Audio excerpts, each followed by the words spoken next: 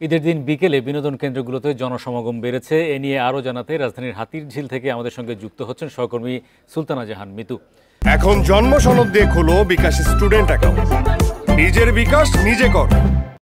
জি, শুনতে পাচ্ছি।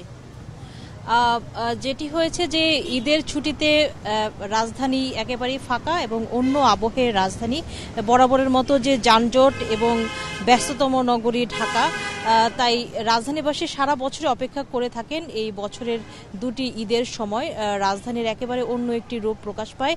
একটি বিষয় যে আবহাওয়া অধিদপ্তর যেটি বলেছিল যে আজকে সকাল থেকে ভ্যাপসা গরম থাকবে, তেমনটি হয়েছিল।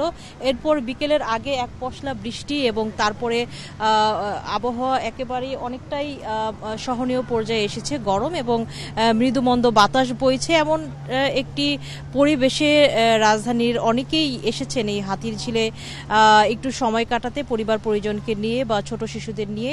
তবে একটি বিষয়, ঈদের সময় আসলে যেমন ভিড় হয় হাতিরঝিল বা অন্য অন্য পার্ক বা বিনোদন কেন্দ্রগুলোতে, আজকে আসলে তেমনটি দেখছি না। এর একটি অন্যতম কারণ হচ্ছে কোরবানির ঈদের যে আনুষ্ঠানিকতা, তার একটি ঝঞ্ঝাটপূর্ণ একটি আয়োজন থাকে আসলে। তো সেটি শেষ করে অনেকেই পরিবার পরিজন নিয়ে বের হতে পারেননি বলে ধারণা করছি। হয়তো তারা আগামীকাল বা ঈদের আরও যে কয়েকদিন ছুটি আছে সেই সময়গুলোতে তারা রাজধানীর বিভিন্ন জায়গায় ঘুরে বেড়াবেন।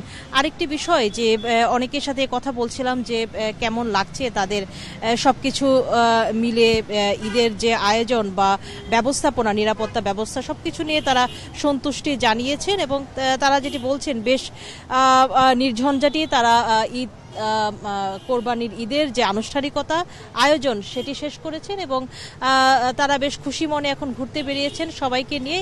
একটি বিষয় যে এই যে নগরবাসীর ঈদ বিনোদন, এর একটি বড় ভূমিকা রয়েছে আসলে তাদের সকলের মানসিক বিকাশে, কারণ আমরা বলতে পারি যে ধন্যবাদ মিতু আমাদের সঙ্গে যুক্ত হওয়ার জন্য।